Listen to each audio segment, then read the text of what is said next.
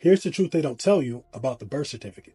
Now, in this video, I'm going to need you to pay close attention because I am going to be connecting this with some banking terms as all this is centered around banking. First things first, that birth certificate does not represent a living child. And here's how we can prove it. Book reference. The entity created at birth. Upon careful examination, you will find that all birth certificates have these things in common. 1. The name of the artificial person/entity is written in all capital letters. 2. Identifying numbers and/or barcodes associated with the document. And sometimes it'll look like this. 3. The birth certificate is printed on bond paper and it typically has the name of the company that prints it somewhere on there. So for example, the one printed on my certified birth certificate is Northern Banknote Company. And Northern Banknote Company specializes in making stock certificates. Keep that term stock in mind. My original birth certificate was printed by Thomas De La Rue Company. And check out what they do. From humble origins as printers and stationer, De La Rue has expanded into the world's largest commercial banknote printer with a global presence and customers who includes governments, central banks, and leading brands, i.e. they print stock certificates. Now, here's where the banking terminology starts to come in. Book reference. Registrar. A corporate agent appointed to perform the function of authenticating issues of stocks and bonds, and thus to prevent overissue of spurious bonds or stocks. Now, when you go back to a birth certificate, you're going to find a state registrar. Now, if you think that's a coincidence, that's your problem. But let's continue. Number 4 is residence. Obviously, there are more identifying factors on the birth certificate. However, I want to focus on these 4 factors. Reason being is because of the commercial nature of these 4. And in particular, we're going to read residence. Residence is a deceptive term as well. As defined in Black's Law Dictionary, 9th edition, residence can mean the place where a corporation or other enterprise does business or is registered to do business.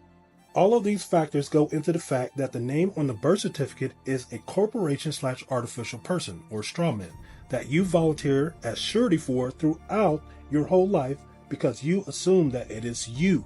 For tax purposes, most businesses must have an identifying number. This is called Tax Identification Number, or TIN for short.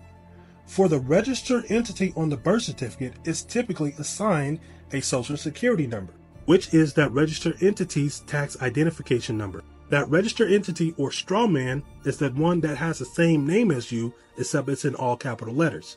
A bond by legal and banking definitions is typically defined as a certificate or evidence of indebtedness. Now, let's look at the definition of issue under UCC 3-105.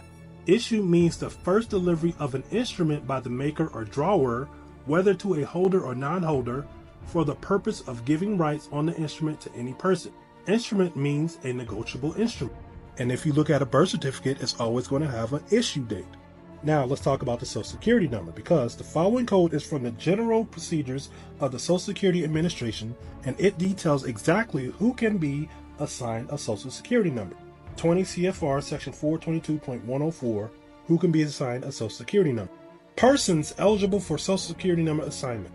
We can assign you a Social Security number if you meet the evidence requirement in Section 422.107 and you are 1. A United States citizen, or, and it lists other references in this section.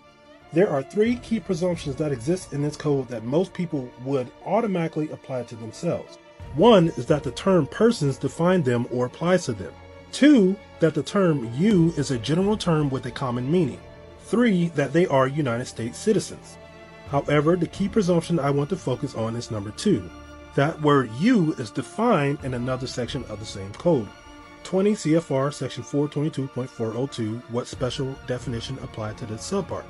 Under subsection E, you means an individual who owes a debt to the United States within the scope of this subpart. So ask yourself, how can someone who was just born owe a debt to the United States? Logically, we can deduce that the baby can't be the same as all caps entity printed on the Social Security card and birth certificate that shares the same name.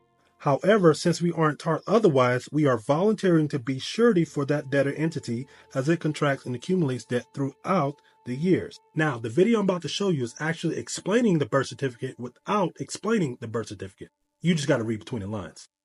So it raises the stakes, and getting the correct legal name of a registered organization, which is another new term, which means a registered organization is an organization where the state maintains a public record of the organization's name, or must maintain a public record of the Showing that it organization's name. existed. Showing that it existed. I've heard it sometimes referred to as the state issues a birth certificate. Right. That's a little, but that's actually a little, and I've done that too, but it's a little narrow in terms of what the definition actually is. Right. The state has to maintain a record showing that the organization exists. And I hope you caught that, because that guy explained something real key. So if you're a parent and you don't want to subject your child to this BS from the get-go, this is why I created this book, to help other parents to do the same thing that I did, which was have my children at a hospital without getting a birth certificate or social security number. And it's available in a physical copy and an ebook copy. The ebook copy is obviously going to come with the templates and other stuff that you need to know. For example, it includes the newborn screening program refusal forms, and all of the states except North Dakota and West Virginia have these forms. You just got to know where to find them, or you got to ask for them. And that's just a little secret about the birth certificate. If you like this, please share this out and support the literature. Peace.